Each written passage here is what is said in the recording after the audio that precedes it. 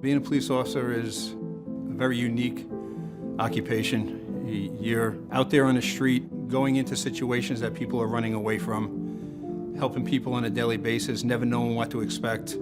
Each day is different, and I think that's one of the things I enjoy the most, that you never know what you're gonna face when you come to work that day.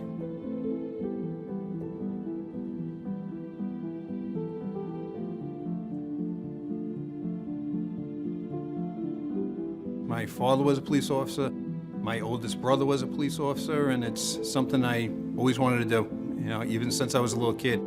The day I graduated from the Suffolk County Police Academy, I was real excited. I had a lot of pride. The most rewarding part of the job is to get out on patrol and help people out. First time I met Tim was on the job, and he had filled in for my partner at the time, had taken off, so Tim jumped in the car, and we just hit it off. Tim's a great guy, hardworking guy, man of character, integrity, so it was a good partnership working with Tim. Being a partner with Charlie Tramontana, it was a good bond. Charlie was one of those guys that I knew would always do the job the right way. He's very dedicated to the job, very focused, a good family man, and very honest. He was a guy that I truly trusted. I was able to learn a lot from him. The news leader, Channel 7 Eyewitness News. Bill, he was on the job in uniform, and tonight he is believed to be the first officer in the history of the Suffolk County Police Department to have been indicted for police brutality. The grand jury ruled that he stepped way over the line after a routine traffic stop. When I first found out that I was charged with the assault too, I guess you're devastated. You don't know what to do. You're scared. You're not sure who's there to support you. You feel alone. You start thinking, oh my God, I'm gonna go to jail. I'm gonna lose my job. There's many days of panic and uncertainty. You think you're out there doing your job, following your training, following your protocol, and all of a sudden, now you're sitting there criminally charged for a situation that you thought you did everything right. I mean, we were the top story at 6 on Channel 7 News. The whole world is seeing you being portrayed the exact opposite as you live your whole life. You see yourself on TV, you're being portrayed as a villain. You're being portrayed as somebody that is violent. You almost thought that it was a totally different story that they were telling. I would think that I wasn't able to go to the bagel store to get a bagel because everybody would look at me and say, hey, that's the guy I saw on the news. Jeff Indence has insisted all along that he offered no resistance and was beaten by 2 uniformed officers of the Suffolk County Police Department. The indictment accuses Officer Timothy McGuire of second-degree assault. The grand jury considered charges against Officer Charles Tramontana, but refused to indict him. Officer McGuire's attorney refused comment tonight. He has been placed on desk duty. If he's convicted, he could face up to 7.5 years in prison. After I was told there was a criminal investigation, I started really asking myself, how did it get to this point? The last thing you would think about was that you need to worry about the connections that the person that you arrested have. The case had already been heard. He was exonerated. There was no reason for it to be moved forward to the district attorney's office for an indictment, but it did. Part of that, I believe, was from the media influence.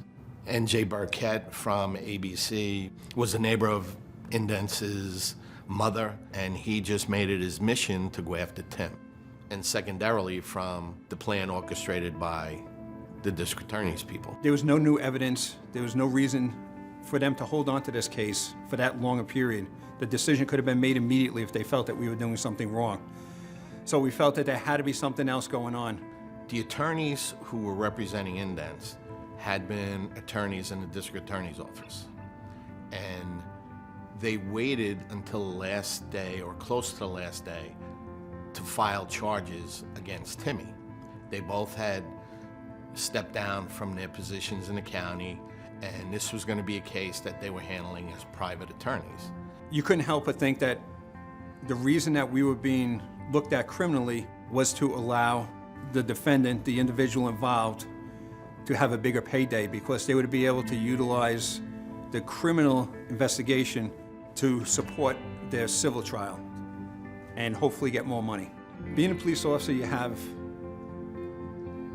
doubts that you're gonna always have the support of the department. You kind of question if you were always gonna have the support of the union. The day that Jeff came in and told me that he was going to be there for me, he made a lot of promises that day. And every one of those promises he followed through with. Jeff never knew me before this incident, but he told me that he was going to be there for me. He stood by me from the beginning, and he supported me, which was a huge help. The entire PBA was 100% behind Tim and Charlie. And I told Timmy, you know, we're not just 100% behind you with support, you know, verbally. We're going to hire a top attorney. And we hired Bill Keon, who is an outstanding criminal attorney here in Suffolk County. He reassured me and Tim. Those are the words that ring in my mind. You worry about yourself and your family, and we'll take care of everything else. You know, we have your back. And that made me realize that, you know, being a police officer is nothing more important than having that union there to help you out, especially in those times of need. Hello again, everybody. I'm Scott Feldman. Tonight, a not guilty verdict for a Suffolk police officer facing jail time for brutality. The cheers of his police colleagues signaled relief for Timothy McGuire. Just hours before, a Suffolk judge had found the 28-year-old cop not guilty of police brutality. Judge Michael Mullins simply didn't believe accuser Jeff Indence and at least one eyewitness. It was a moment that the weight of the world came off my shoulders there, that, oh my God, this whole situation is finally over. And the judge made a decision of not guilty, but he didn't just say not guilty. He went into the idea of why I was found not guilty, that I was totally justified in my use of force that day when I was working and pulling that individual over. His name now cleared, Officer McGuire can return to patrolling the streets of Huntington. But his legal fight with Jeff Indence isn't over yet. Indence is seeking $15 million in a civil case set to go to court in October. When the civil trial came up, I was just hoping that there was enough jurors to look at this case, make sense of it, and understand that that night we went out there and we did our job. Now, there's a jury of people sitting there. They're going to judge this, and we're going to get to tell our story. And when they cleared us, he didn't get a penny. They said, no, what you guys did was what you were supposed to do. And these were just regular people sitting on that jury. They heard everything. They heard us testify, both of us. And they said, no, you guys did the right thing that night. So that was big. So it felt like reputation restored. You know, that was what you needed to. People talk about closure. That was closure right there for us. They were just doing their job properly and professionally. That's what a jury has ruled about Suffolk police officers Timothy McGuire and Charles Tramontana. Two officers and former partners have now been cleared of any wrongdoing in a $15 million civil lawsuit filed against them by Indence. Two officers, meanwhile, say they're just looking forward to getting back to doing what they love. After the trial, I went right back to work, and I started doing what I was doing before I was caught up in this situation. And that was to serve the public, to help people out, and back to being a police officer again. And I was transferred to an investigative unit. And while I was in that unit, I was involved in a case that was going to a grand jury. And the grand jury was being conducted over in Hauppauge, where the district attorney is located. But representing one of the people that I arrested was the attorney that represented me in my criminal case. As I'm talking to him in the lobby of the district attorney's office, the district attorney comes out and starts talking to my attorney. My attorney turns to the district attorney and says, hey, do you know who this is, as I'm standing next to him? And he looked at me and he said, no, I have no idea. After all he put me and my family through, this guy had no idea who I was, nor did he care. So I made a decision that I didn't want to be that bitter guy. I didn't want to be angry at the world. I didn't want individuals, district attorney and a news reporter, directing me and causing me to change my path in life. I think it's important that police officers everywhere realize that you could go through something like this, and with the right support, you'll be able to get through it and succeed in your career. The PBA as a whole, I can't thank enough for what they have done for me and my family. They were there for me during the most difficult time of my career, and I'll never forget that.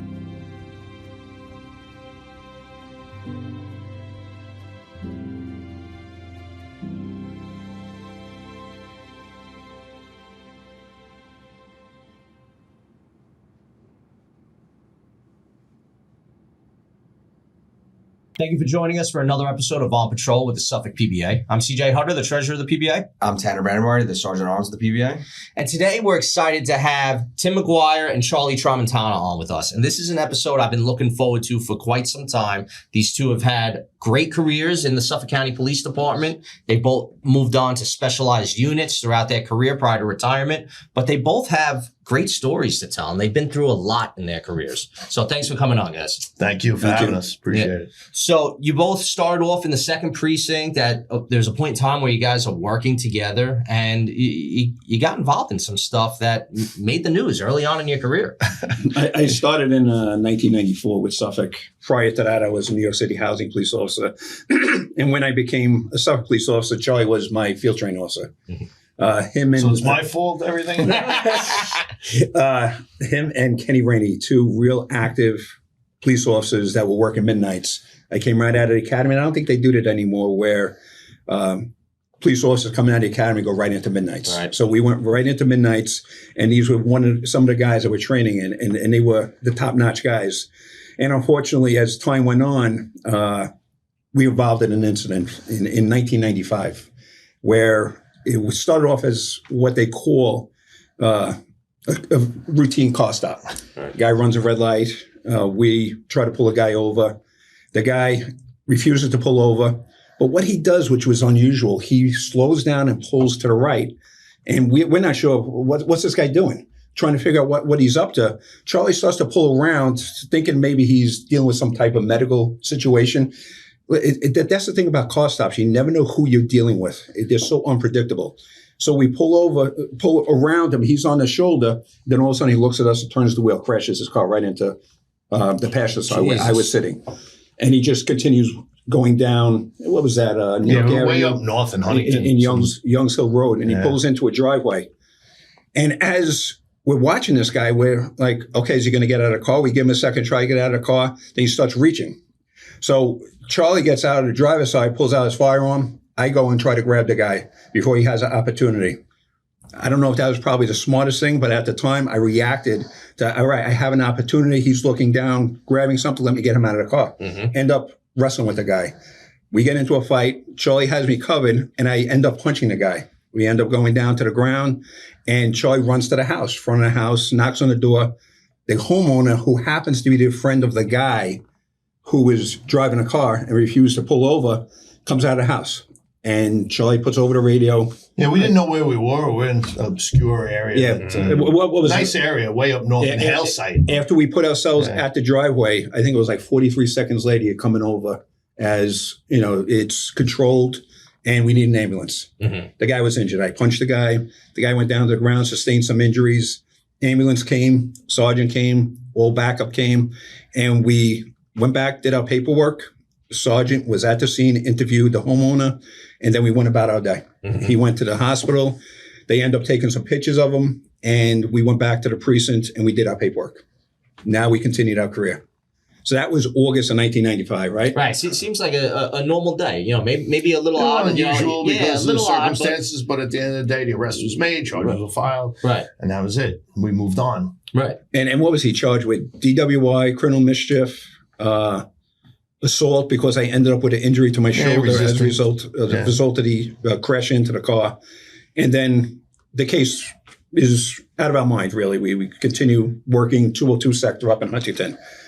And now, all of a sudden, what was it, 2.5 years later, we get notification, all right, this guy's suing us. Mm. And in between, we had an internal affairs investigation. And during that investigation, we went to internal affairs, spoke to them, and the case was unsubstantiated. Excuse me, we did what we felt was everything that we were supposed to do. They determined that we did nothing wrong. And then all of a sudden, we get this notification for the civil trial. And if you want to talk about when we go over there to prep, one thing led to another. We were getting ready to go to the civil trial, and then the whole case really turned. There was some rumors that maybe the DA's office was looking at us, and we're like, well, this happened 2.5 years ago. What are you talking about? And it turns out that the DA at the time, I guess for political reasons, looked like there was something going on, and we got dragged into the middle of it, and we were brought into the grand jury to testify about what we did that evening related to, did we assault this suspect? And it just kind of went from there. It turned into something that no one had ever seen in the county. We were told that by the attorney for the PBA at the time, Harry Hirsch. Rest his soul, he passed. He's a great guy. He said, I've never seen anything like this in all his experience. And Jeff Frail at the time, head of the PBA, president of the PBA, said the same thing. Nobody could believe it was taking place. This thing just took off. We were pretty young, too. I was 28 years old, 25 when the incident happened. How old were you then? Let's see, I'm a lot older, so it's hard for me to remember. It was a long time ago, 1998. Yeah, 26. 28 years ago, now you're starting to be 20s. pulled into this whole process that you don't really understand. Right. You're watching this happen and you're trying to figure it out. And we're being told that there's what they called red flags.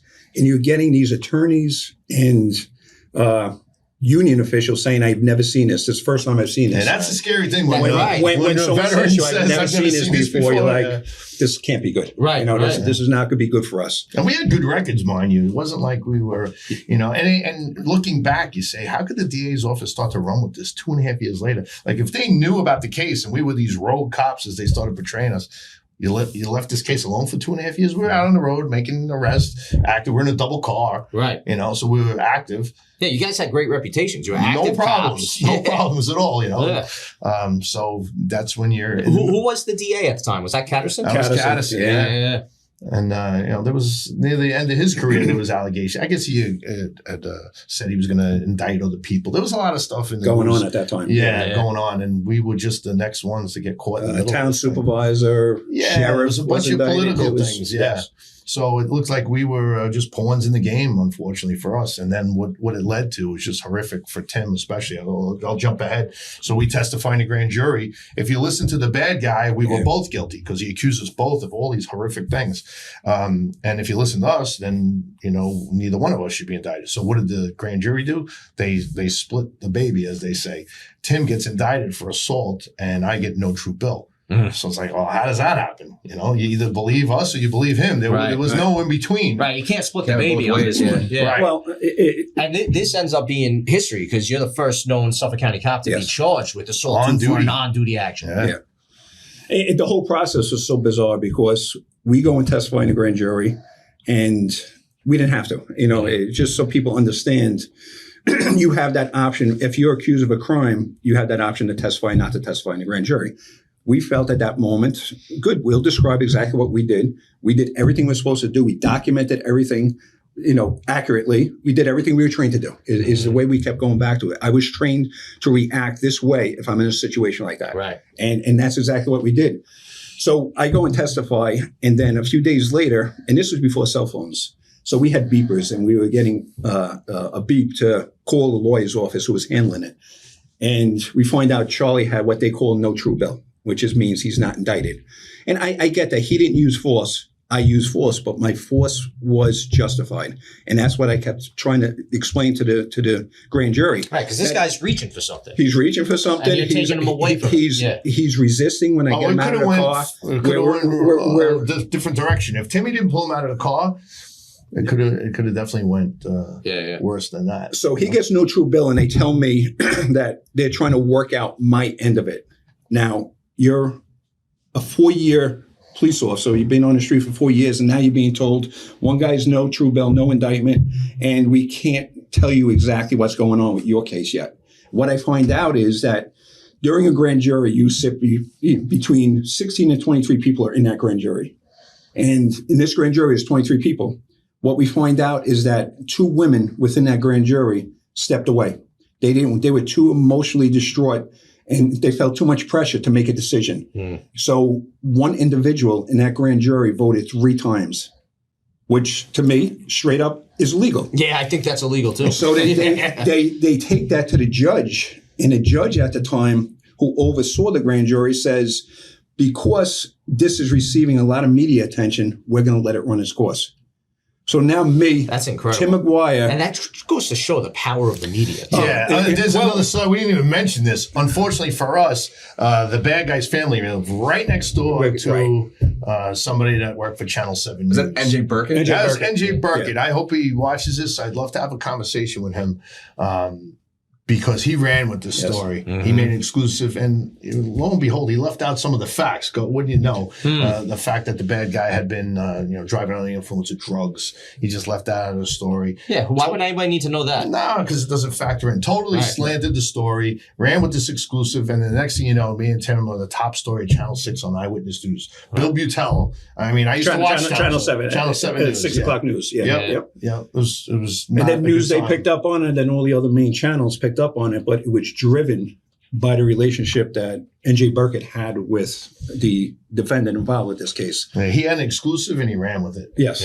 Right. And he kept pushing it. And then the attorney of this individual worked in the DA's office prior to him becoming a defense attorney. So he had a lot of relationships in that district attorney's office where he was pushing it on that end. So now we had the media pushing it for different reasons. And then you had the district attorney's office pushing it because of a relationship they had with the lawyer. Right. So now, I'm facing an indictment. I get to go back to what I said before about calling in and then finding out that I was indicted. I was called to the office. I'm sitting there, and it was Harry Hirsch and Dave Davis was in the room Great with guy, me. former guest on the show. He was in the room with Dave me. Davis. Good man. I'm being told you're indicted for assault too. You're facing, 3 to 9 years in jail. And your whole world, everything just drops. You're like, what do I do now? You freeze. You overcome with emotion. You're trying to hold in. You're a police officer. You're trying to hold in those emotions, and you're like, all right, take a deep breath here. Hopefully this all works out. And you're confused because you don't know what's next. I did my job. Now sitting here in this position, where do we go from here? All of a sudden, Jeff Frailer, who was the PBA president, never met the guy before, never really had any dealings with the PBA.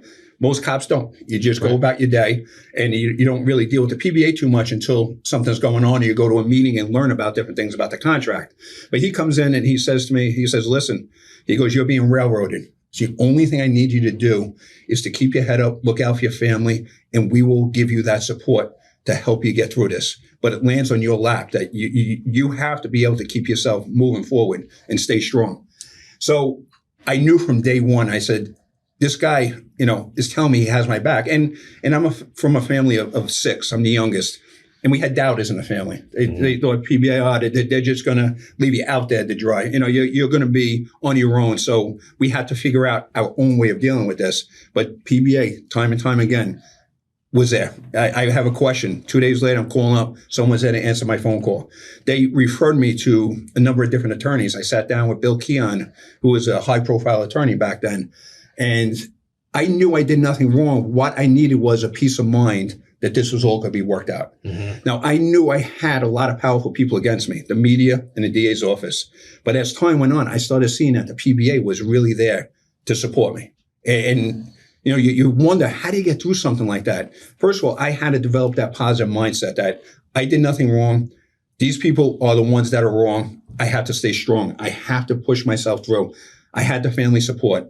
I had first of all, I had facts on my side. Right. And Tim, don't forget, we had the support of the job. I have to say, and I was going to, the department was behind us, which was a really that means a lot to you. Absolutely. Yeah. And a lot of times we see our coworkers more than we see our families. Sure. Right. So these are the people you spend more cops, time with.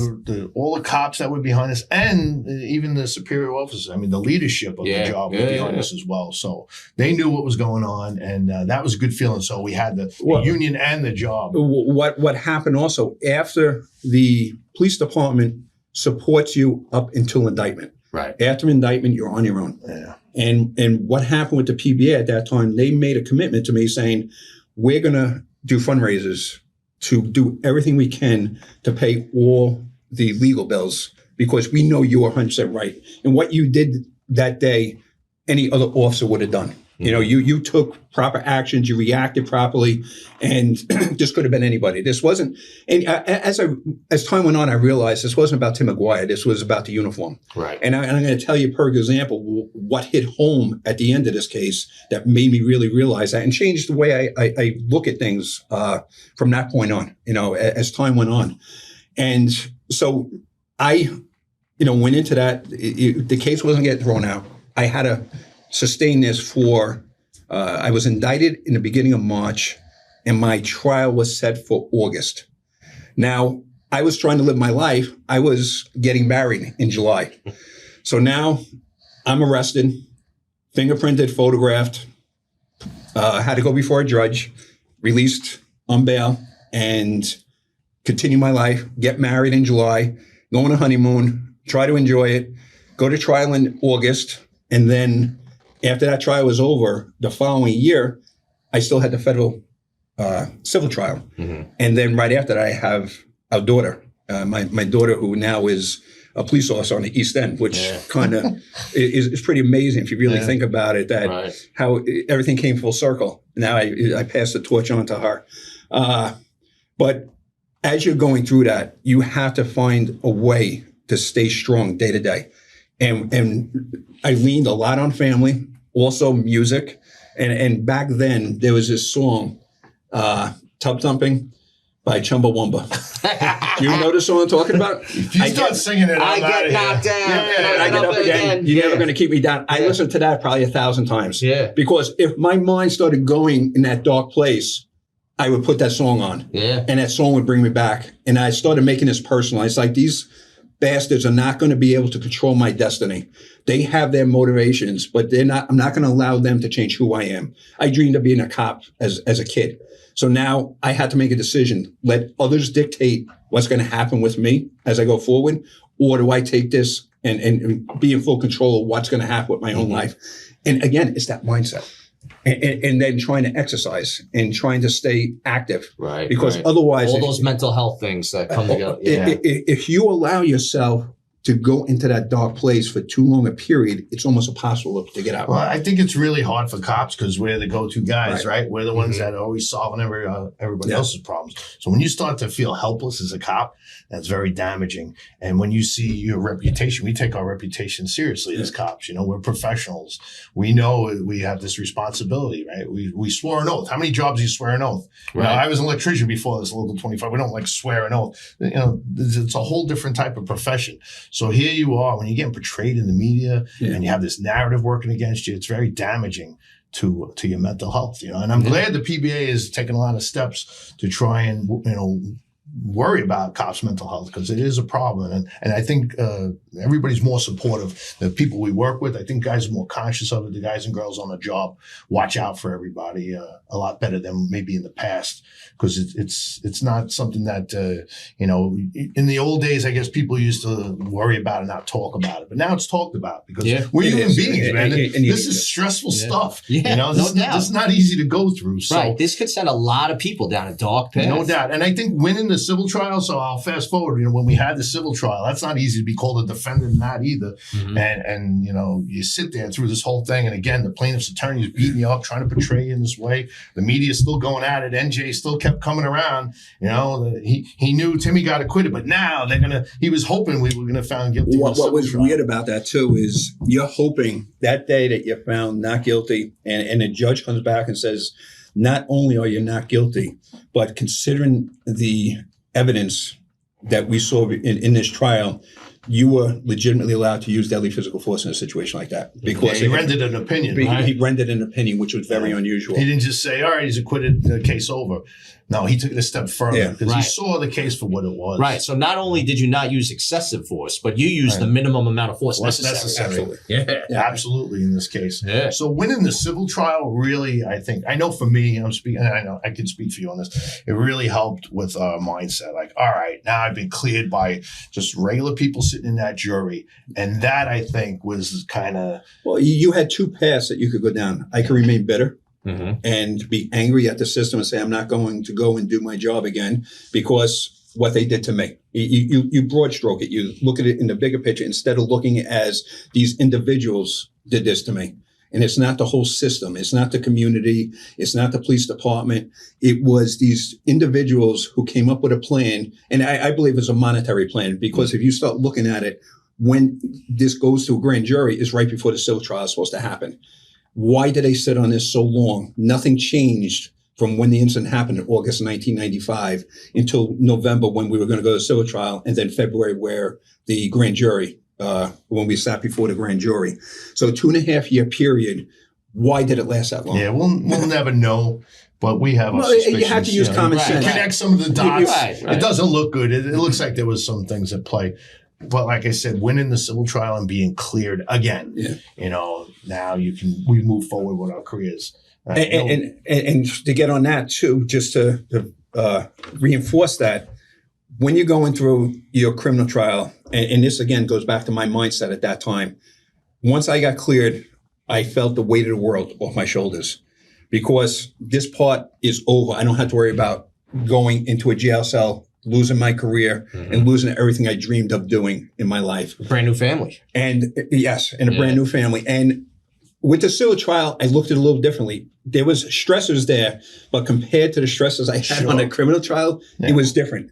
I was identified, which means that the county made a decision early on that once we received that civil lawsuit, they said, were these actions reasonable? And they made that decision that those actions were reasonable. So we're going to identify you. So you're going into that civil trial saying, this is more our reputation. That's 100%. What it was about, right? More our reputation that now I need to show everybody in this civil trial, which is more open than a criminal, a lot less limitations, a lot less standard of proof. There's preponderance of the evidence instead of beyond a reasonable doubt, which is in a criminal trial. Now you're dealing with regular civilians from the community, and all they need to do is believe his story more than ours. It doesn't have to be beyond a reasonable doubt. 51-49. That's all it has to be. And we went in there and said, okay, let's tell our story. And our attorney really was able to truly tell a story the honest way.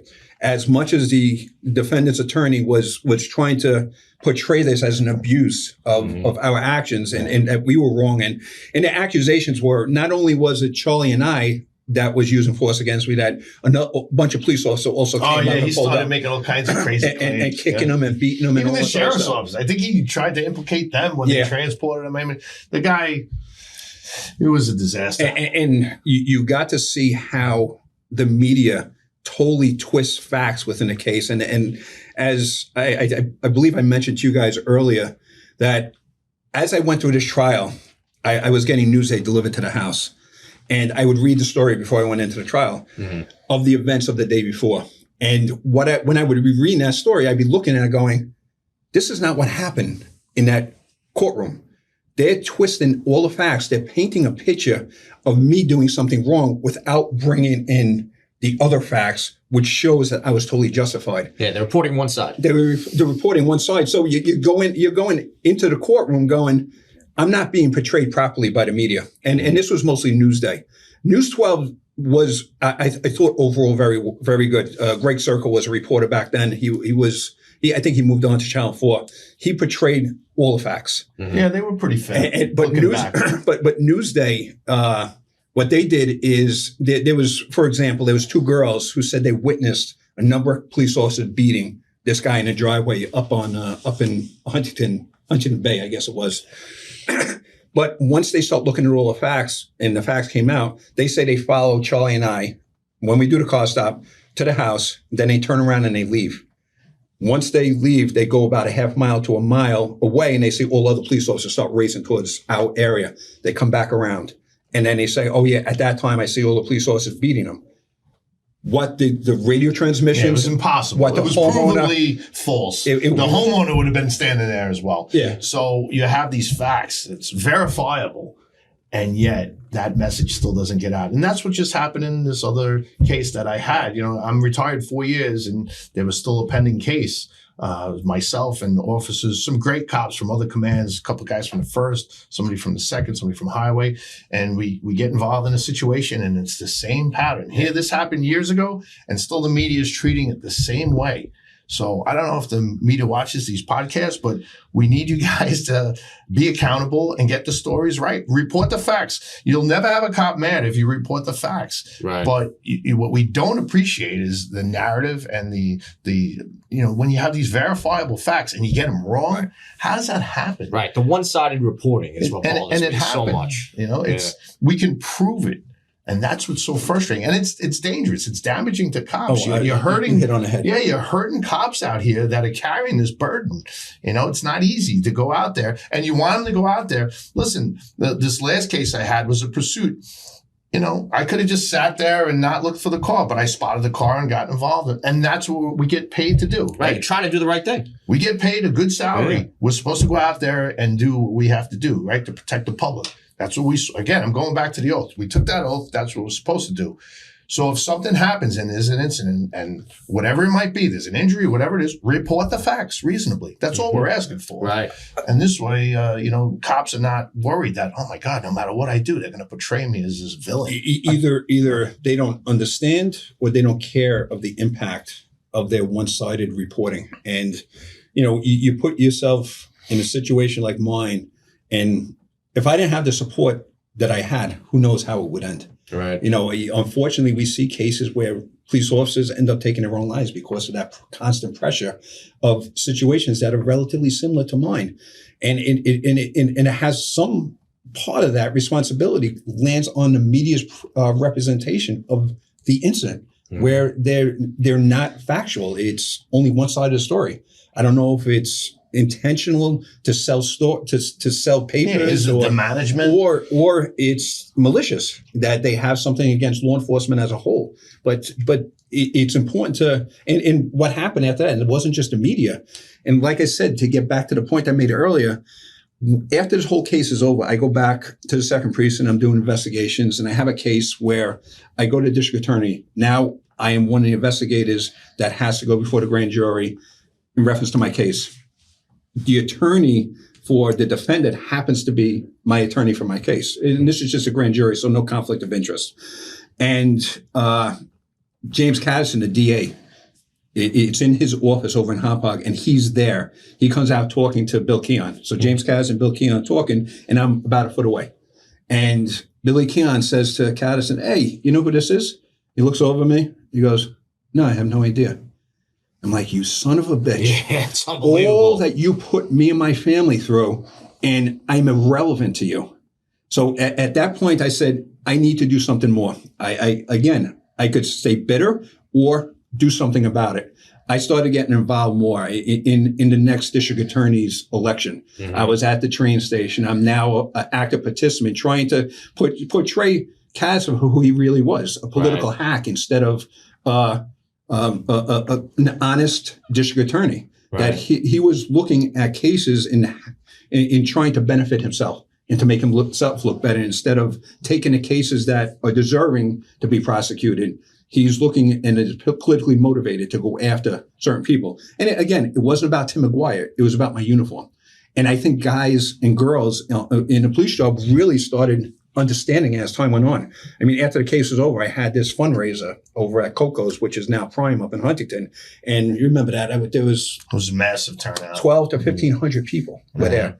And you sit there and try to thank everybody for their support. But what I really think brought everybody together was that they realized a police officer was being railroaded.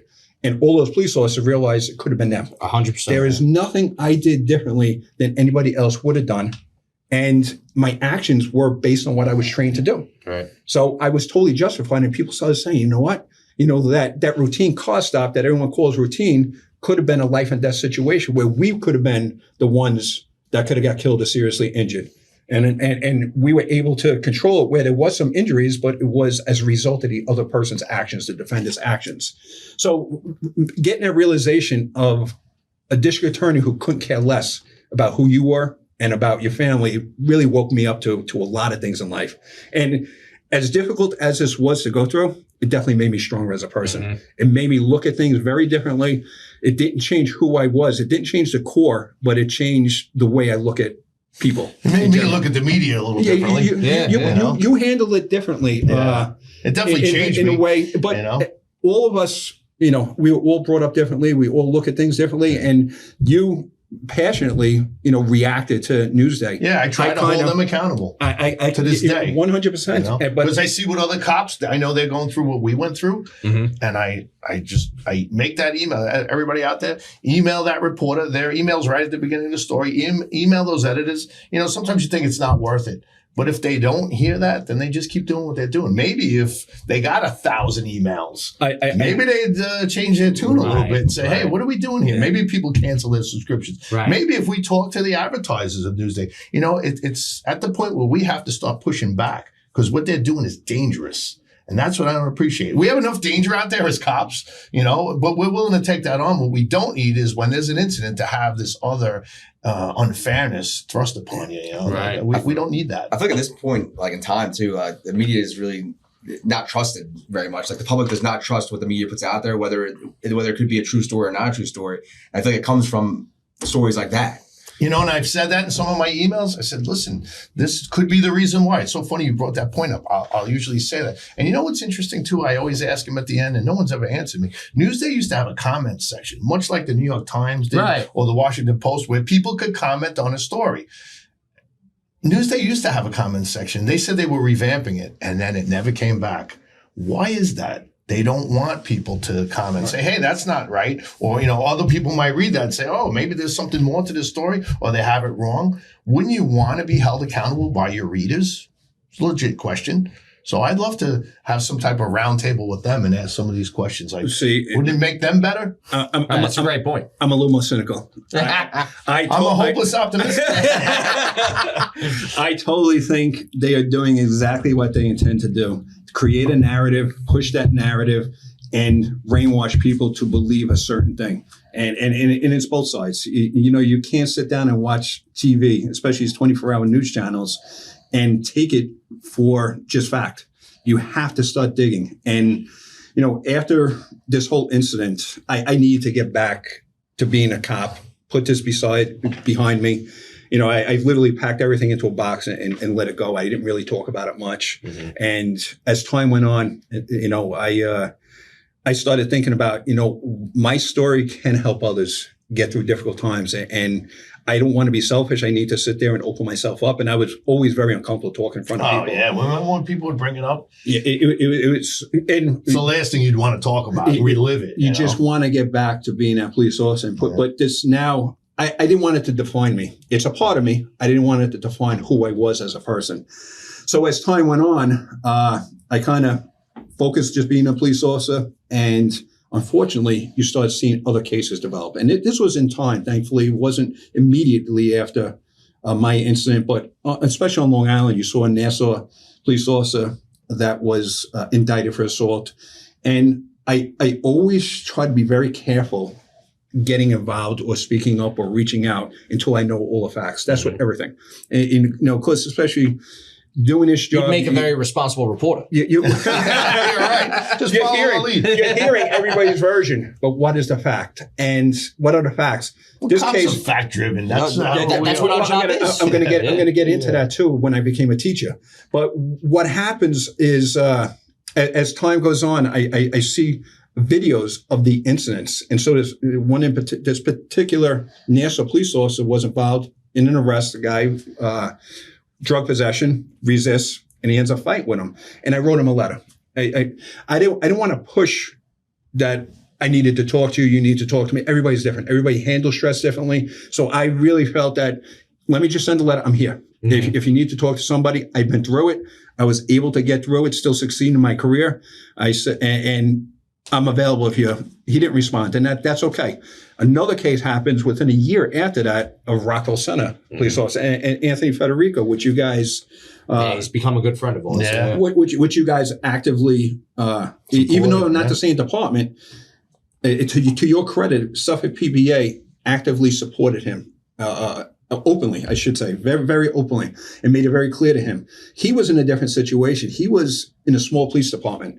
That PBA didn't come to him and say, we have your back financially. We'll do everything to support you. We're going to help you. They were great. Their moral support, they did. I'm not critiquing the Rockville Center PBA, but they were so small, it was difficult for them. Yeah, they didn't have the resources. Right, a different level of resources. But Suffolk PBA, Nassau PBA, NYPD, everybody came together and saw this case for what it was. Again, it was on video. And again, it was politically motivated. So I reached out to Anthony by email, and then I reached out to somebody in the PBA. I said, just listen, this is a long time ago. At this time, I think it was 2016 or 17 when Federico gets charged for this incident. And I reach out to the PBA guy, and then all of a sudden I get a call from Federico. It had to be like 2 or 3 weeks afterwards. And he calls me and he's talking to me and I'm trying to explain my case. He goes, be honest with you, I wasn't going to call you because your incident happened so long ago. I'm like, you son of a bitch. You're making me feel old here. Like, what do you think? It was like Dragnet where we had the little ball on top of the car. You were driving down. And a little cherry on top. A little cherry. It wasn't that. It was a long time. It was the same job though. And it was very similar because the person he arrests was politically connected. Mm-hmm. They're politically connected. They reach out to the DA's office. The DA's office pushed this grand jury presentation. In the grand jury, again, 16 out of 23 only is needed to say there's enough evidence to go forward. The grand jury is about probable cause. They're saying there's probable cause in reference to his case, which there weren't. But you're talking about people that are emotionally driven. Right. See this video. It's presented one-sided as a district attorney is coming into that room. And if they want to get an indictment, most likely they're going to get an indictment. Right. And they're emotionally driven a lot of the times because of the reporting stuff that we've been seeing. We're stuck in this loop here, right? Yes, it's crazy. Yes. So I end up getting involved with his case and and not to interfere with his case, but to just say, I'm here. Every day in the courtroom, I'd be in the back of the room. Charlie and I would be there. And in Suffolk PBA and the Detective Association, all guys, we want you to go there, to represent us to make sure you support this other officer from another police department. We're in this together. We're all one. We're all blue. And we have to look out for each other. And what he did was 100% reasonable. And that's the standard I always say in anything I do. Was it reasonable for that person to do what they did? Mm-hmm. And his actions were reasonable. And he went through a real difficult time. And he's still, having a tough time getting back into the routine. And this is a few years later. Because the impact it has on you, that you're falsely accused, you start looking at that world differently. Well, think about it. Do you want to risk going through it again? You 100%. You went the detective route. I was lucky enough. I was blessed to get into a unit like K9. But at the end of the day, you can't sit back, right? So they win. If you sit back, they win. Yeah, the people that are sitting there trying to ruin your life win. And you have to look at it that way, because if you don't have that mindset, you're going to sit back and you're going to have a difficult time dealing with anything in life. And what I end up doing too, after getting involved with Federico, I end up going into the police academy to talk about our case. Mm-hmm. And one of the things I would always talk about is that in your career, you're going to deal with hills and valleys. And in my view of life, you have to find a way to try to stay out of that valley for too long a period. Because if you sit there and whatever you're dealing with in life, you're going to have to deal with good things, promotions, marriage, children, or you're going to deal with negative things, sickness, death in the family. And all those negative things are going to bring you down into that valley. And if you're not strong enough to get out of there, you're going to find yourself in a depression. Yeah. And it really comes down to having that strong mindset and support from the people around you. But it's so difficult for a police officer to go and just get help. And there was a stigma for the longest period of time. I mean, we saw that transition from when we started in the early 90s to now, and it's like two different worlds. Yeah. There was a stigma back then that if I'm going to go get help, I know that guy next to me is not going to work with me, because now you're picturing me as being unstable, and now you're afraid I don't have your back. Right. Instead of really looking at it and saying, this person's going through a tough time that they're able to get through, but we just have to be there to support him and provide whatever means necessary. I think so too. I give it to the unions and the job for working with the unions to really focus on that, because this stress, unless you've ever lived through it, I just went through part of it with Tim. I mean, the amount of stress on somebody, everybody has their breaking point. And when you're used to being able to deal with all these different situations and get thrown into that and feel like, oh, I'm not doing too good with this, it messes with your mind. So you guys are doing a great job. I hope we can do more, as long as everybody's aware of it, that's half the battle.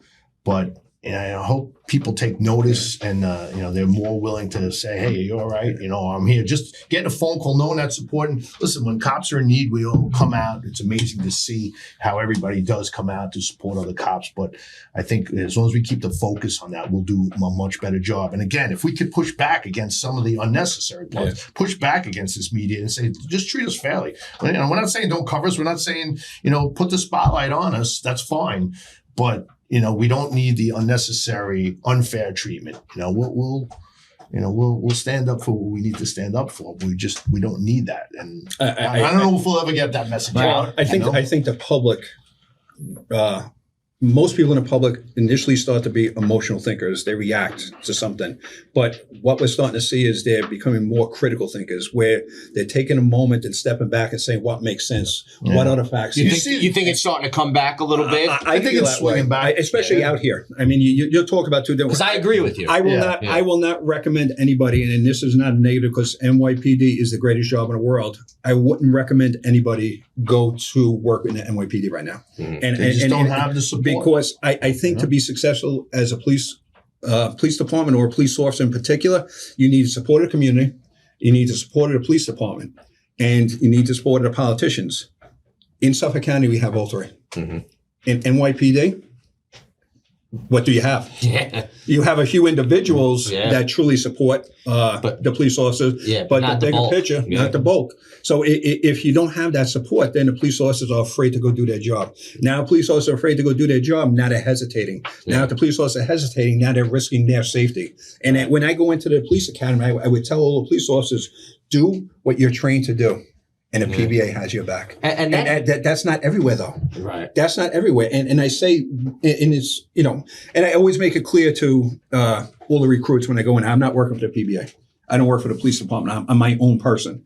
But I come in here and try to be honest and tell you that if you have the support of that PBA and you go out there and do your job, you don't have to hesitate to take action, no matter what the color of the person's skin is, whatever their religion is, what sexual orientation. It's all irrelevant. Matter. That's all irrelevant. It's all relevant because you need to just go what you're doing, what you're trained to do, and try to go help as many people as possible, but focus on your training. And if you do that, the PBA's got your back. I think that's a great point, and I'm glad you brought that up again, because earlier on in our conversation, you had mentioned that other police officers in your family had doubts of what the PBA's involvement was going to be and how much help you would actually get from your union. Was that based on their own prior experiences, or was that based on just a stereotype of what they thought, what they heard? That was based off life experience. Okay. Like I said, I'm the youngest of six. My father was a police officer. My brother was a police officer before he became one of those firemen guys. That's a great job too. I have two brothers that went over there. It's a great job, FDNY. But you take everything with a grain of salt. What is the motivation behind somebody doing something positive for you? And unfortunately, you look at that. You don't want it to be overcome by being cynical, but you always are careful. You're always watching, and that's my personality too. I'm careful when I'm dealing with people, especially when they're too nice or it seems too good to be true. But the PBA stood by what they said they were going to do. They were there every step of the way, and without them, my career would have been a lot different. Right. My life could have been a lot different, and it was because you had two power groups, the media and the DA, against me, and that's the way you looked at it. Who was on my side? I was just this irrelevant police officer with 4 or 5 years on the job. Now, very easily, a PBA could have said, "You're on your own. You're indicted. Nothing we could do." You stood behind me. You had my back. It definitely changed the course of my career and the course of my life. And to even prove that point, in my family, I have 5 kids, and within that, 2 are police officers. Son-in-law is a police officer. So people ask me, "Would you do it again?" Absolutely. I think it's a very honorable career. Just make sure you're going into a department that are going to be there to support you if you do the right thing. Now, don't get me wrong. If you do the wrong thing, you're going to be held accountable. Right. And that's why I said the recruits as well as everybody else. If you go out there and do the right thing, they're there for you. But if you go out there and going to utilize this job for your own benefit and do the wrong thing, you should be held to a higher standard. Police officers should be held to a higher standard. There's no doubt, because you have a lot of responsibility. But reality is that it's very simple. Do the right thing. Care what you're doing. Go out there and try to do the best. and you're going to have a very good career. And I would, like I said, I would do it all over again. And I wasn't crazy about especially my daughter. My daughter was a quiet kid. You know, I never imagined her being a police officer, but, you know, she went to, and this gets into my next point, she went to a BOCES law enforcement class. And the teacher there was a Nassau detective sergeant, solid guy. She came home and it was a different person. She's like, I absolutely love this. You have the ability to help people, protect people. And I could do something I really enjoy. And she wanted to truly be a police officer. I mean, she saw my career. I shielded her from the negative, until more recently when she was an adult in reference to our case. But overall, she wanted to be a police officer, and I didn't want to stop her from following her dream. But deep down, I wanted to protect her. Right, of course. So you're a father first. Family is everything to me. I truly value family, and I think that with this job, you have to value family as your priority, job second. And not to say you can't do the job great, you can, but your priority has to be family. And that helps you with that mental health too. You have your base, because when you retire, you're going to be replaced in a job. In your family, you're not. So you really have to sit there and develop that routine where you focus on a family. She's doing great. She has 5 years on. She went to Suffolk County. She's an East End police officer. I sit down and talk to her about it. So I still get the feel of the job from hearing stories from her. You know what I mean? I still, like yesterday, we went to work out and then we went to the diner and just sit and listen to her talk and saying, and she's a lot further than I was at her point in her career, and she's passionate about it. Oh, that's great. She loves the job, and it's nice to see. It is nice. But you're always worried about the world out there. She could be out there doing the right thing, and just like I did, and the media portrays a story in a negative light. Someone goes after her just because of the uniform she's wearing, or somebody on drugs. It's not easy to sit there and think about her going out there each and every day, but you also have to be there to support her and know how many benefits I received, going through this career. Now I'm retired 5 years. And like I said, it was the best thing I ever did, and I would do it again. So to one of your points earlier too, Jeff Frailer's become a good friend of ours, right? I mean, we know him well. He's still around. We see him at events every now and then as a retired president. Yeah. But he really set a tone where the PBA was very forward thinking, right? And I'm assuming, and I could ask him this, later today, but I assume that a lot of what his thoughts were as far as getting involved in your case and making sure you had the best representation and making sure you felt whatever support you could at work was to help every cop in the future too. Very forward thinking, right? I think you're right. And he bred that into Noel DiGirolamo after him, and Noel bred it into Lou. You see the reaction now from the PBA and rallying the troops, making sure everybody realizes what's going on, the communication's better, and the all the cops come out to support other cops because we see, what can happen. I think it's much better set up. Why it's successful is because, and I think you guys do a good job with this, you don't look at having this position in the union and how it could benefit you, is how you can help others. And if you keep that perspective, I think you guys are going to continue to do a great job. And I've said in the class as well is, if I didn't feel you guys were going to support the next Tim McGuire the way I was supported, I wouldn't be standing here telling the recruits that these PBA guys, because that's the PBA of the past. No, I truly feel, like you said, it's the PBA. It's only gotten better. Yeah, PBA from that. And the way they work with the other unions too, to see, because look, we're up against powerful forces. So absolutely. There's strength in numbers, If I'll go cynical. If the media is not going to treat us fairly, then we have to protect ourselves. We have to stand together. We have to do whatever it is in our power, whether it's through podcasts, whether it's through communications, whether it's getting the elected officials to see what we're up against. We have to protect cops that want to go out there and risk their lives, right? Yeah. You want them out there to keep Suffolk County, all these counties safe. We've seen other jurisdictions where, the cops had to pull back and how devastating it is to those communities. So, It's self-destructive to those communities. Absolutely. We saw it happen, right? The proof is in the pudding. Defund the police, all this anti-police stuff, and who suffered? The residents suffered. The people suffered. So at the end of the day, the cops don't want that to happen. So we have to empower the cops by working together, getting our message out there, and pushing back against some of this stuff. I guess in the past, we felt there was no way to combat negative media, but now, there is. There's the internet. There's all these different outlets, and we work together, and I think it's having a positive effect.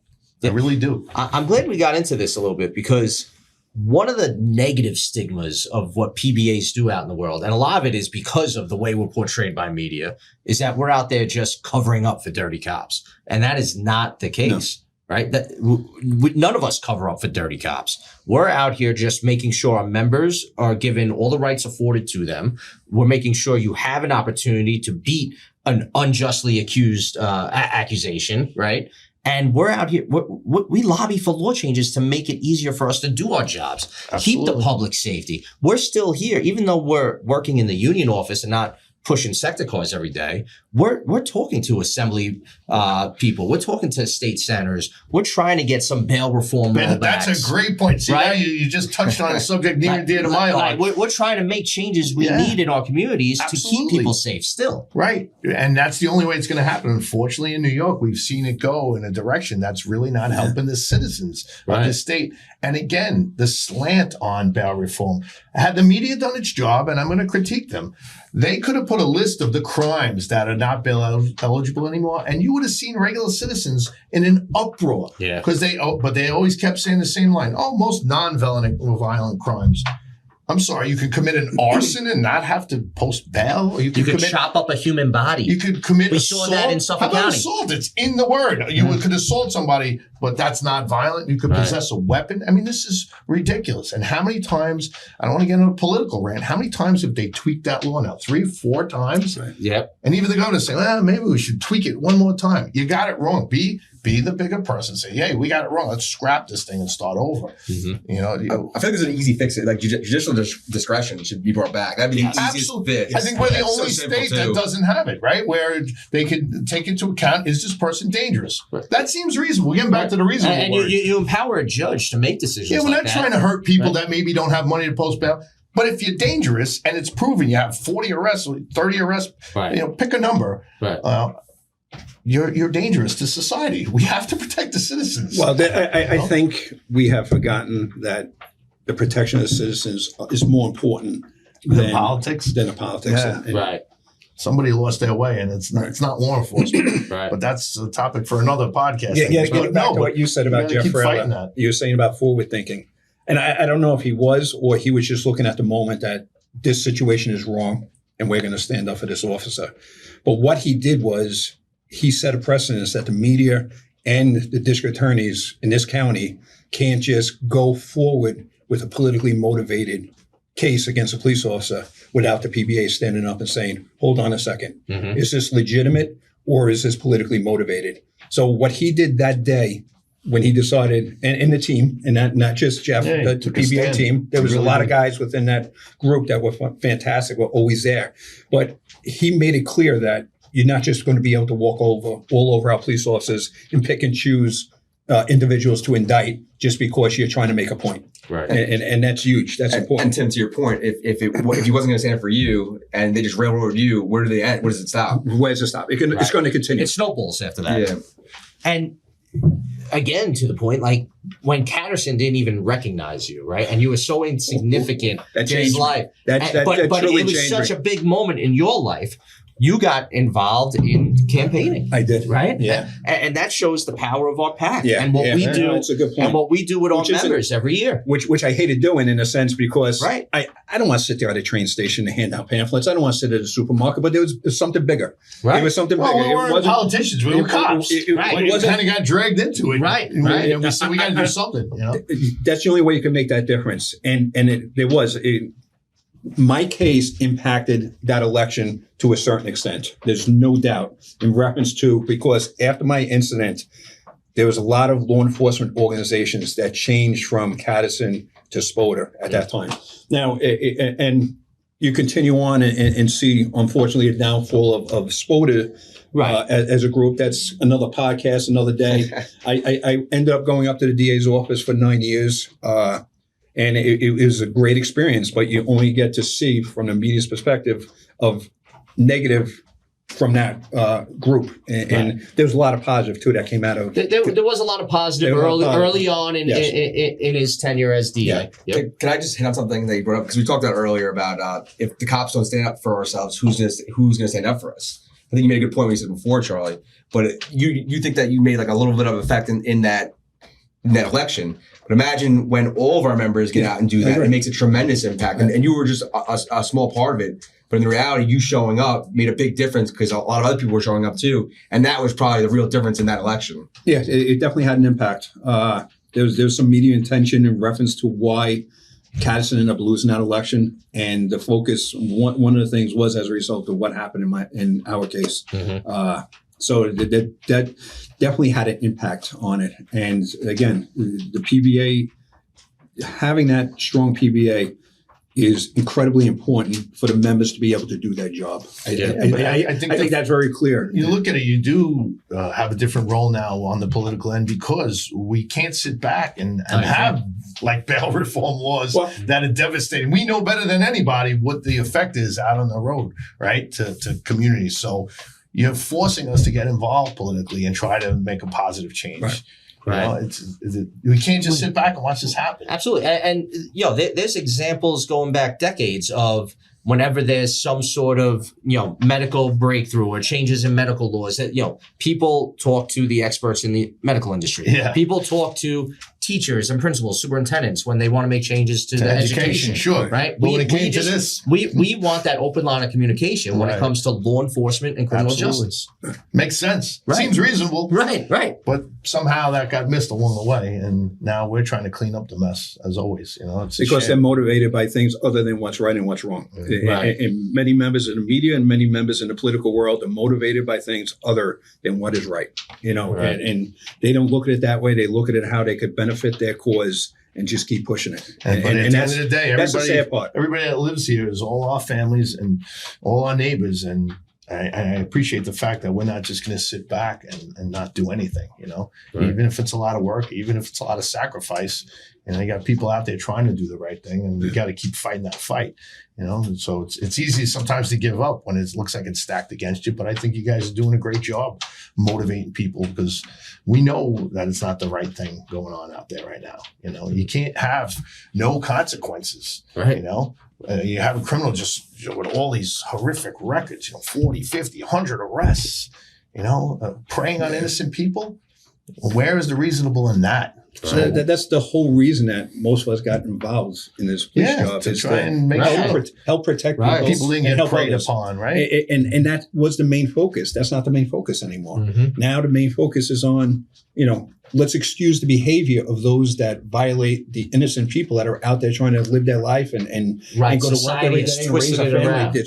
And I don't say society as a whole, individuals within society. I think most people have that viewpoint that they just want to live their life peacefully, and they want someone there to protect them if someone tries to infringe on their their well-being, whether it's breaking into their house or and I learned as a young person, you're going to be held accountable for your actions. What happened to that? We don't have that anymore as we used to. And and I should never broad stroke and say we don't have it. It's not as prevalent as it was, where you used to do something and there used to be some sort of punishment. Whether you're 10 years old, 20 years old, or 50 years old, you violate a law or you do something wrong, you're held accountable. There's some sort of punishment, and we've gotten away from that. Just a quick message to our audience out there. Please remember to like, share, follow, and subscribe. It really helps our content reach more people, and it adds to our algorithm. Thank you.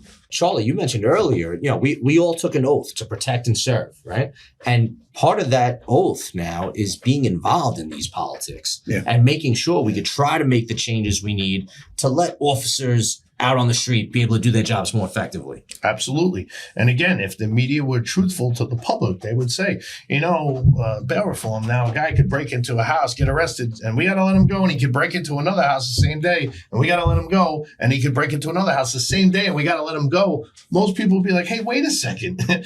That's not fair. That's not safe. What if one of those burglaries goes sideways and now an innocent person gets hurt? But where are they? Right. Where are they publicizing that? They have the ink. How come they didn't put stories about that? Instead, they kind of shield it. They don't report. And it's important to say that. There must be motivation there. Well, certain. And there's still good in the media. There's still good politicians. And that's all I want to be careful is that we don't. You don't want to generalize. Generalizing, yeah. Which is unfortunately we're seeing it more and more. And what stands out is those that do wrong, that don't look at facts, and that's the ones that are getting more attention, especially when they put it out on social media or on the news. They're getting that attention because it sensationalizes an event, even if it's not factual. And that's the problem. And that's an excellent point because you don't want to group everybody together when they're all wrongdoers. Just like we don't want every cop grouped together when there is one bad cop out there that does something egregious, right? But I'd like to see some of them step up, and that's rare. They talk about the blue wall of silence. I can't remember the last time, you see the media critique other media and say, hey, just say, hey, I would even appreciate if they say, hey, we got it wrong. Like a real correction one time. Say, hey, we just got it wrong. Right. We're human beings Further too. Investigation has proven we got it wrong, guys. We're humans. We make mistakes. Right. I could respect that. Right. Seems reasonable. Right. Just admit when, new information has come to light. Make this a new headline. They do. They put it on page 36. Yeah, and it's this big. There's a little column. Make it a new headline. Most people don't even know what the corrections are. It's a column about this big, and you never really see it. But and change the format. They always do the same type format where when they're reporting on a law enforcement story, they put all the claims in there that like a plaintiff's attorney is talking about. The headline is going to be sensationalized. And then as they go through the story, they might sprinkle in a couple of facts. Or how about some eyewitnesses? Talk to some regular people to balance the story. Don't just give a plaintiff's attorney that's suing a cop, the opportunity to make all his unsubstantiated claims in the paper. How about you interview somebody that was there? Just saying, is that fair? Is that fair enough, guys? Give us a shot. And it's gotten to a point. Third party. Not so much. Third party. I don't see it so much in Suffolk, but in other places where the criminal out there knows the game so well that they'll make a complaint against that active police officer. That active police officer will be removed from that position, and now they could go about their daily routine of dealing drugs. Right. Or they sue a police department, and the police department says instead of getting negative headlines, we're going to give that guy $25,000, $50,000. Shut him up. It's so bizarre that they create a whole market. Tim, the last case I was involved with, I give the Suffolk County Attorney's Office a lot of credit. They looked at the case and they said, no, we're not settling. We're taking this to trial. And that trial cost a lot of money, but they were not going to settle, and we won. I think it sends a powerful message that Suffolk County is willing to take on those fights. Right, because a lot of jurisdictions, to Tim's point, they'll just settle, and they created this whole market of people just continuously suing the city, and they get their payouts. And meanwhile, most of them probably don't deserve a nickel. No, that's right. But sometimes it comes down to dollar and cents. It's going to cost us to put it on trial. Is it cost effective to fight? Finally, they drew a line in the sand. Say, no, we're fighting this. But how screwed up is that, though? I know. How screwed up is that? We're saying if you go do something wrong and then the police arrest you, go sue them. And you'll not only not get charged, you're going to be rewarded for your actions. It's backwards. It's backwards. The whole thing it's crazy. It is. We should be able to countersue. Yeah, right. I think you're starting to see that in some departments. Some places. I see it like a sheriff sued so and so for false accusations. But in a lot of places, it's frowned upon. Yeah. Oh yeah. We should just sit back and take it and not have any defense. That it's part of it. You decide to be a police officer. No, I didn't sign up to be indicted. I didn't sign up to be sued. If I go out there and do my job, just like any other person in the world doing their job, I expect to be rewarded for doing the right thing and punished for doing the wrong thing, not punished for doing the right thing. Right. Exactly. Hey, remember they tell you in the academy, if you're an active cop, you're probably going to get sued. Right. And it's true. It's true. Right. It really is true. So you can't hang your head. Well, you were told in the beginning, and it is true. Right. It depends on what level it is, because it's never fun sitting there being called a defendant. Right. But we did keep our heads high. We went on the stand. We swore to tell the truth. We told the truth, and we won. And it really came down to, am I going to let others dictate my future? And you have to personalize it. And then when you start getting down on life, find a way to change that. For me, one of the things was that song. You know, it's crazy. Well, remember this it just whole happened to come out at that time. Timmy, I beat myself up because I was driving that night and the guy blew a light, and then I went to pull him over. And I'm like, he went through a light. That's not the crime of the century. But you were out there doing your job. But that's what you're supposed to do, right? And the guy ultimately ended up being DWE, right? Got him off the road. Got him off the road. And we use that. Don't think for a minute we didn't have to start saying to ourselves, you start rationalizing, you're like, wait a minute, had I not stopped that guy, who knows what would happen? Maybe he would have crashed into some innocent family and killed him because he was driving under the influence of drugs and alcohol. Right, you were out there acting in good faith. So we did the right thing. So that helps you too. You're like, no. Why am I second guessing myself here? You know, if they continue to go after police officers in certain jurisdictions, there is zero motivation for that police officer to do anything more than come to work, answer a 911 call, and go home. Proactive policing would be. We come into this world because we want to make a difference. Right. We want to be proactive, and it's real difficult to tell us not to. But if you're going to start saying, if I have to decide between my freedom and financial disaster, or that person getting locked up for a menacing, I'm going to change and go to this route. And I can understand in certain jurisdictions why they would do anything. It's sad to say, especially somebody who dreamed of being a police officer, wanting to make a difference. But I can't sacrifice my freedom. I can't sacrifice my family. I can't sacrifice in some areas, and they've seen it. They've seen it. So the answer is to push back, fight back, do what you guys are doing, keep organizing. And listen, I know you guys have helped jurisdictions far from Suffolk County. We have, Right? And that means a lot. Yeah. When people know, hey, there is something to this, where we're sticking together to make a difference so that we don't have our neighborhoods decline. We can't have this. Right. We're not going to let it happen. Right. Yeah, not here. And further to your point, like it does affect police officers and their families directly too. So, and we saw it in Ferguson, Missouri, right? The police officer that was involved in that case, who ended up, the whole narrative of hands up, don't shoot came out of that case. Hands up, don't shoot never happened. Right. And once this case was over and the cop was found to have been justified, he actually had to move out of that city. His life was destroyed. His life was destroyed. He had to uproot and move, change where he wants to raise his family, change, leave all his friends behind. It ruined his life. And again, I shouldn't say ruined his life, but changed his life. I hate to harp on it, but a big factor of that was the media handling. 100%. They got ahead of that before they got the facts. And it's a credit to some of the residents there that when they interviewed him said, that didn't happen. Mm-hmm. They had people, as much as people didn't want to really come forward or where other people knew about it, they said, no, that didn't happen. Mm-hmm. So it goes to show you. Or they were waiting for a case to jump on to push a narrative that is going to be incredibly negative, and it just happened to be a Michael Brown case. There were those that were involved because you see all the money that was pushed for a lot of money comes in for those groups to try to push back against a police officer, and facts didn't matter. Even though he was justified in his actions, even the media, politicians, don't worry about the facts. Just focus on what I told you. And people did. Right. And unfortunately, people were brainwashed and said, well, no, that's the narrative I'm going with. It's so important to get that facts out there, and so important to teach the future. And after I retired, I became a teacher. And I just want to make this point that we have the ability to impact the way the future looks at law enforcement. By going into that class and sitting there and just telling them, this is my job, this was what I was trained to do, and this is what I tried to accomplish each and every day. And don't allow others to tell you what to think. Just think. Look at the facts. What is reasonable? What is not reasonable? And if you start looking at life that way, you're going to look at things a lot differently. You're going to sit there and say, you know what, that makes sense. Forget about that 5-second clip that you see on social media. Forget about what you saw in the news when there's only a 10, 15-second portion of that video. Take the time, because people, unfortunately, I don't want to use the word lazy, but it's easier for them to just take what they see and make it fact instead of saying to themselves, something's not right about this. That police officer automatically reacted that way and shooting that individual because they were standing there. Go back 20 seconds. Right. Something doesn't sound right. Well, it helps when you do get your media from different sources, for sure. Right. I mean, I still read Newsday, as they know, because I like to write back to them. But I still read Newsday, and I read the New York Post. And sometimes they cover the same story, and it's real funny to see the two different takes on it. Right. I don't know. Get your media from multiple sources. Multiple sources. That's Absolutely. You don't, just don't always get it from the same source because sometimes you don't even realize it's happening.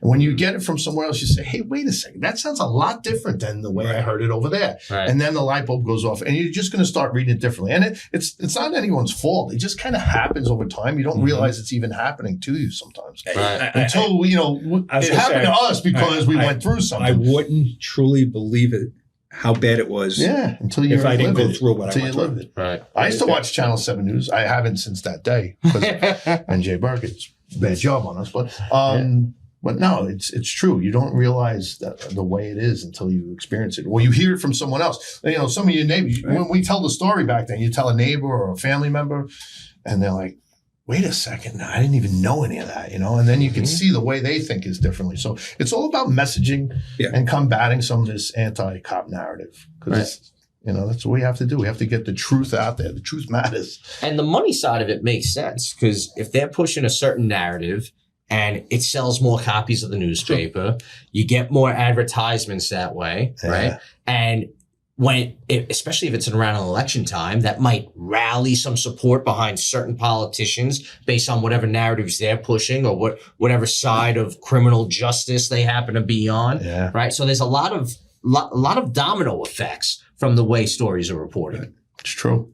That's unfortunate because I'm sure, like we said before, there's probably some people that went into the media for the right reasons. Like we went into law enforcement and, they have standards and they're supposed to have journalistic integrity and uphold these standards. But the supervisor and editor is saying, right. unless you portray this story this way, sometimes I wonder, we'll get someone else to do it. How much pressure are they under? Are they allowed to have their voice and say, hey, wait a second, this story doesn't You sometimes see a reporter come out and say they were pushing this agenda on this. Well, they even say they don't do the headlines. A lot of the ones that do the story don't do the headlines. So you're like, that headline, because I remember emailing a reporter one time, he goes, I don't write that headline. I agree with you. The headline, reads differently than the story reads. So it does happen. So, to the other media out there, fight the good fight on your end. And we'll do it on our end. You guys got to fight it on your end too. Maybe clean house a little bit and get a little more accountable. How does that feel when you email a writer of a story and you weren't happy with the way either the story was portrayed or the headline was portrayed, and they actually come back to you and say, you know what, I do agree with you? Yeah, I've had that happen. They used to laugh at me when I was still in K-9. They wouldn't let me read the paper. Like on lunch, they're like, no, you're not reading the paper. You start ranting and raving. But it is funny because I always do it professionally. I always do it factually. I say, hey, you wrote this, it's this. Why did you do that? And some will respond, in a reasonable manner. Others, I'll get real short. You can tell they didn't like me, reaching out, questioning them if it were, as you were. But sometimes they'll say, yeah, we'll try to do better. I've had that. It's not as frequently as, maybe getting no answer or getting kind of a, some pushback. Some of the answers I get, it's like, seriously. But I'm going to keep doing it, and you never know for what it's worth. I encourage other people to do it. Like I said, the last time I did it, and I usually do it just with the reporter, because just between me and you, but the last time I did it to editors, because I felt the editors need to know the situation, and to their credit, I'll give credit when it's due, right? I got an apology from one of the editors at Newsday, said, thank you for bringing this to our attention. We didn't do the right thing, and we apologize.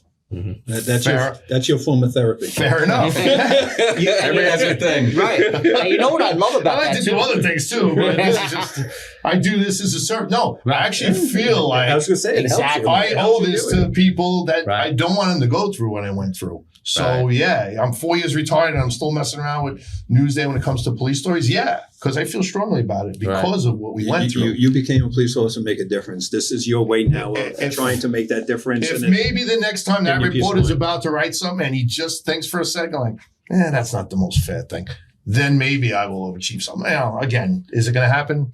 Probably not, but I think it's worth my time.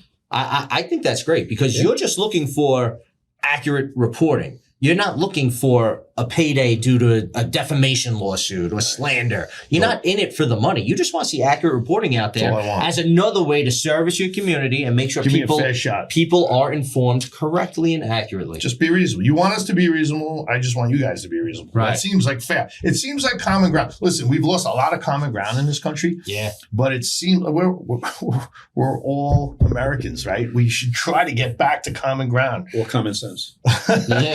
But at the end of the day, if you're asking for accountability and for us to act reasonably, can't I expect the same of you guys? And if I call you out on it, can't we have a dialogue? You know, maybe there's something to that I don't know. Well, let me know about it. Say, hey, listen, I'm on deadline. Sometimes they use that, but just because you're on a deadline, we make split-second, actions, and it doesn't seem like you want to give us wiggle room on that. And it's a whole different. You're sitting in a nice, well-lit newsroom trying to get a story on a deadline, and I'm in the middle of the woods at 4 a.m. with somebody I don't know what they want to do to me. But be that as it may, I can't want accountability and truthful, accurate reporting from you guys. So if I do call you out, tell me what it is. Say, hey, I made a mistake, or you're missing the point. This is the real part of it. Seems reasonable. We should have that dialogue, because the cops out here are trying to make the community a safer place. Why be pushing it? Is it just to sell newspapers? Because there's got to be other ways. People would buy newspapers if you printed other interesting stories. It doesn't have to be always negative against cops. Correct. Do investigative reporting. There's some stuff you could uncover that would be real interesting. Cops do heroic actions every day. Every day. And it'd be great to see more of those stories. They throw them in once in a while. I think they do that as a way to say, no, we do that. Right. But they couldn't keep up with the amount of good stuff we do every day. Absolutely. And to that point, you guys went through, this horrific time. We're very stressful. But like Tim said, you didn't let it define you. You both went on to have great careers. Right, you ended up eventually getting promoted to detective. You ended up going to K-9, which is one of the most difficult units to get into in Suffolk County. Best, the whole job is filled with great people. Yeah, but K-9 is a whole different realm unto itself. So you don't want to talk about support. This whole job is support. I gotta say, we work with great people. Yeah, there's just great people in this job. It truly is. Yeah. If not one of the best police departments in this country. And I say that proudly. But in K-9, it's just a whole different thing. Working with a dog, anything can happen. There's all kinds of craziness. And it's such a good, tight unit. Yeah. It just really is. Even when you screw up, everybody's supportive, and we share that. It's much like ES. Those are hard-charging guys, but they're humble enough to say, hey, I made a mistake here. So other guys learn from that. So that's when you work with some really good people. You guys are very passionate about the job, and you guys put a lot of work, and like you guys did throughout the rest of your career, you didn't let this define you. And I think one of the last points I'm going to hit before we end, I know we were hitting a lot on the media, and I think that the First Amendment's the First Amendment for a reason. I think freedom of speech is probably the most important thing that we have in this country. But with that comes great responsibility. And it's important that the media, that they report in an unbiased and honest way. And I think that that's the way that we'd like to leave off on this episode. We appreciate you guys for coming in and sharing your story. And I think it's an important message to get across to all of our members and all police officers throughout the country, really, who are going out there every day, giving it their best effort and doing the right thing every day. The media has such a low approval rating, whatever you say, the sort of trust is set at the record levels. They're so low. Because you guys do this kind of reporting. Right. And that's kind of been why podcasts have grown so much and so fast. People are searching for the truth. Yeah. People are searching for somebody who doesn't have that bias. Right. They just want to see candid conversation. Right. What do the people involved actually have to say?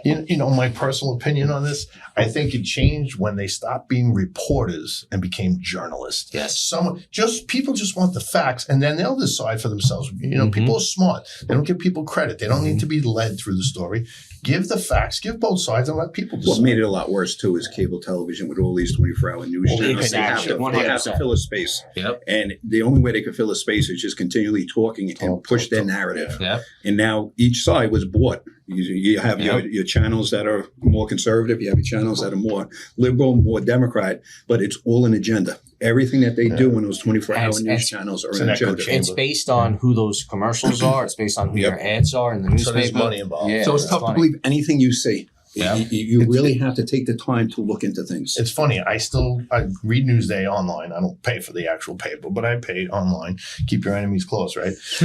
And I get the post, and sometimes they'll do the same story, and it's fun to read, man. It's the complete opposite. Yeah, the complete opposite. Yep. So you know the truth somewhere in the middle. Right, you know? right. There's a few commonalities, but a lot of it is just different. It's from a different angle, different lens. Yeah. That's why podcasts are a $40 billion industry. Yeah, absolutely. Really? Yeah, it's and they We're generate gonna start one, bro. they What are we generate doing? $6 trillion a year in advertising as well. All right, I'm convinced. I hate hearing myself talk, so I can't. Yeah, me do too. a podcast. You get over it. You get used I'm like, to it. was I from Brooklyn? You get used to it. Did I get that Italian somehow?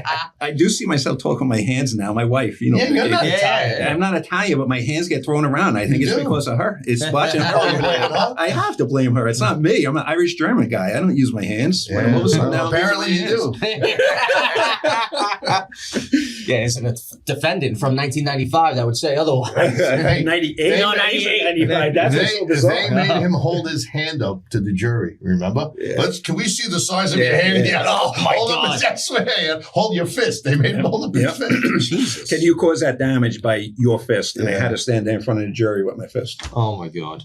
Because he had a Orbital fracture. broken jaw. Yeah, he had the eye patch on. Yeah, well, he had a broken jaw, broken or eye orbit, and what else? There was something else that was fractured. Yeah.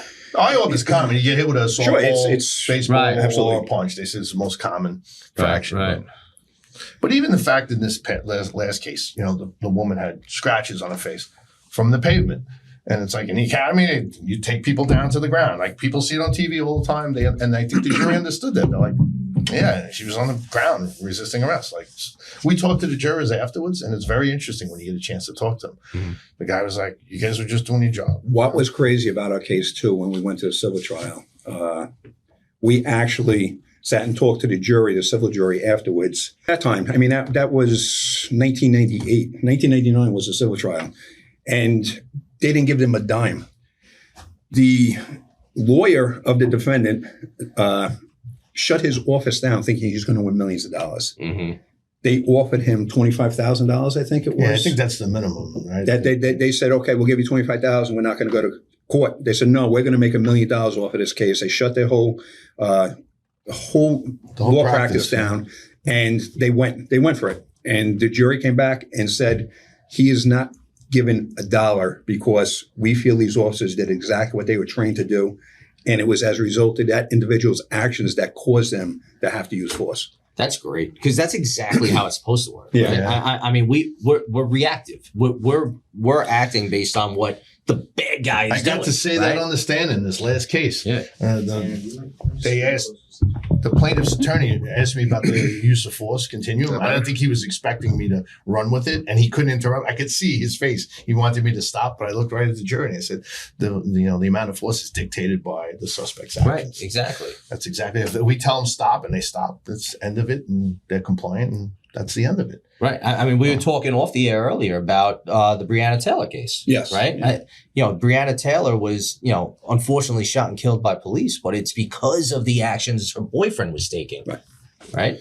Well, you have to break that case like every other case down and look at the responsibilities of each person involved with that case. That officer that was shot at had to react. Mm-hmm. And he reacted pointing towards the individual that shot at him. Unfortunately, Breonna Taylor was next to that individual, and she ended up getting killed as a result of the boyfriend's actions. Right. Not as a result of what the officer did, that he did something wrong. It was as a result of the actions of the boyfriend that caused that police officer to react. Right. Exactly. Yeah. And a lot of these cases, it's just the chain of events is triggered by, these people. The actions of the individual. Non-compliant. If they would only comply and end it, it would end right there. Yeah. And that's... if you ever read the comments, if you watch some of these YouTube incidents that are now captured by body camera, a lot of comments will say, just comply. Right. Yeah. You hear repeated commands. Now, listen, body cameras are a good thing. Everybody wanted them. Now you hear an officer saying, let me see hands, let me see hands. You count it sometimes. It's 30, 40 times in an incident. Yeah. So the crazy thing about the body cameras too is so many cops were very hesitant to want them, right? It's a big change to our working conditions, but they've done so much to justify the actions cops are taking. Right. There's so many instances where there's civilian complaints against cops now, and the cops never even hear about them because they're cleared in IA before the cop is ever even brought in. They really have helped the cops. I think one of the things for regular, nice, normal people is anytime you see use of force, some of these are hard to look at. You know, they don't want to see an officer having to use force. Right. But once they understand it was justified, but it never looks good. You know, the good guys using force, somehow they have a problem with that. And I think it's just a perception. Cops don't want to do that. They want people to comply. Put your hands behind your back. How many arrests do you make where you just say, hey, put your hands behind your back? The guy knows he made a mistake. You put the cuffs on, you take him in. It's not a bad guy. Maybe he did something wrong. Maybe, you know, he committed a crime, but you know, it goes smoothly because the guy accepts some responsibility and there's no struggle, there's no use of force. And it happens every day. It happens all the time. You know? But the vast majority of the rest of my career, there's no resistance involved. Right. There's no use of force involved. Most bad guys, when they're caught, like you said, they take some level of responsibility. We used to have a bad guy we lock up all the time, and he said, it's the price of doing business. Yes. Never, a bad guy, a drug dealer, the whole precinct knew his name, but that's cost of doing business. He knew, why am I struggling for? I'm going to get out, and I'm going to go about my life. He knew the game. Yeah. And that's what it really comes down to is they understand that they're going to get arrested. And those are the criminals that are out there all the time. So they're not going to fight it because they're going to go through the process and they'll be back out on the street again doing what they're doing. And that's a life they chose to live, too. Right. Right. But then when it goes sideways, it's always the cop's fault. It's that media, we're going to be judged like that. And look, we accept responsibility for our actions. We knew that when I said in that last quote on my last case, when the paper did quote me, I said, we took an oath. We put our hands up. We swore to do this job. So I'll take responsibility for my actions. What I don't need is someone trying to portray me in a way that goes entirely in 180 degrees. And there's nobody micromanaged more than police officers out on the street. We get critiqued by the supervisors, by internal affairs, by a district attorney's office, by attorney general. I mean, it goes layer to layer to layer. And then your actions are reviewed by so many different people. And no other profession has that.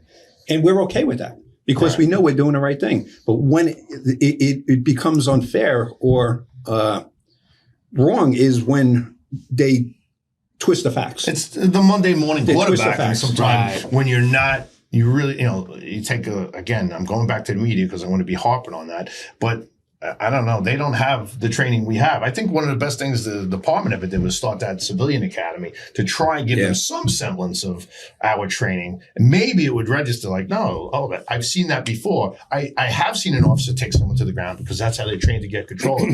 So I think that was a positive to try and get the message out there that, we just don't do that because we're angry. We do that to take control of people and try to get control of the situation and end it. Cops want to end the situation as quickly as possible. So a lot of it is always perception, unfortunately, and that's where we don't need this narrative of the media. We need to be treated fairly. Those stories tell, and that's why the media runs with the stories, and it's all about the money that they're making. And I hate to say it, but it's true. They're tainting the juries out there. All the people, a lot of our cops I feel like are losing the court case through the media. Right.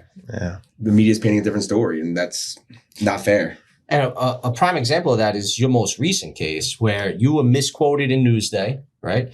And when you tried to communicate to the reporter and ask for a correction, his response basically was, well, even though they were cleared of excessive force, they broke the girl's arm anyway. Right? So he's focusing on what the end result is rather than the process. Correct. He disregarded. He wasn't there for any of the testimony, which was really outrageous. In the old days, they would send a reporter and he would sit in the court, listen to testimony and do his story. He literally alluded to that fact that they're shorthanded to our attorney, to the county attorney. Yeah.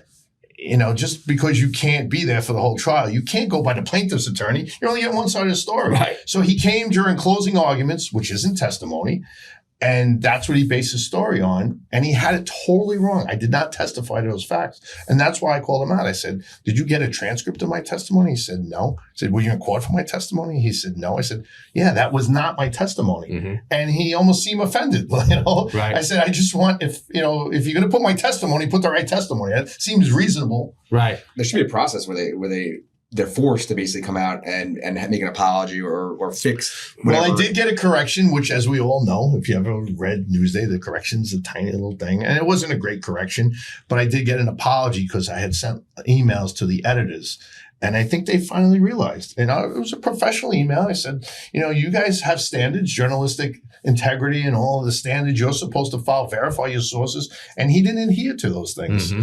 So they finally relented and apologized to me. I look at it differently. They're doing exactly what they intend to do.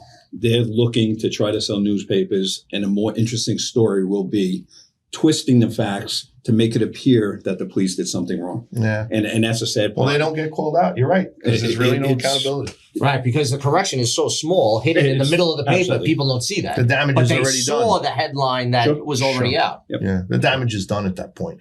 And that's where the disconnect is. If you're going to have something like the media, we need the media, right? I'm a First Amendment guy. That's very powerful. They have a lot of power, and it's necessary. They do hold the powerful accountable, but they need to be accountable as well. There has to be a process where when they get it wrong, they have to take accountability. So they did in my case, but yeah, I got an apology in an email. Nobody else saw that, and there was a little tiny correction that most people probably didn't notice. But you know what bothered me a little bit about the writer's initial response to you too was not only did it seem like he already came to his conclusion based on the end result prior to listening to the full process or analyzing the process of how you got to that point, but he was also like condescending in his argument. Like, well, this guy perceived a 110-pound woman to be a threat, right? Great point. Like what is that? Like, you know how much criticism we would get Of course. if we portrayed that sort of idea? It was sexist. The plaintiff's attorney said she was a woman. So in the academy, they don't train you. Well, if you have a 110-pound woman, you really don't have to worry because they're not dangerous at all. Like, what are you talking about? Yeah. That's why our training is so good. No, anybody can be dangerous, so we have to be careful. Right. And when you mention that, they try to twist it and mock that. Yeah, it doesn't matter how old or what they look like. That's why cops, we look at everybody. We're going to judge you on your actions, and we're going to base it on that, how we react. So, yeah, that narrative is really damaging. It really is. It's crazy because you see it, you hear it, you suspect it constantly, but to actually have the written words of so the report, clearly. It is crazy to me. It was crazy when I saw that. Yeah, I appreciate you you guys always doing bounce this. back after going through a tough Yes, time. absolutely. You can Totally always bounce appreciate you back. guys doing this. I think you're doing a real service, and I really appreciate us being here. It's great that you invited us in. Thank you so much. Thanks, guys. Thank you for coming on. Appreciate it. Yeah, always a pleasure. Thank you. Yeah. Stay safe out there, everybody. Tanner here from On Patrol with the Suffolk PBA. Just a reminder to all our viewers to like, subscribe, follow, and share our content across all platforms.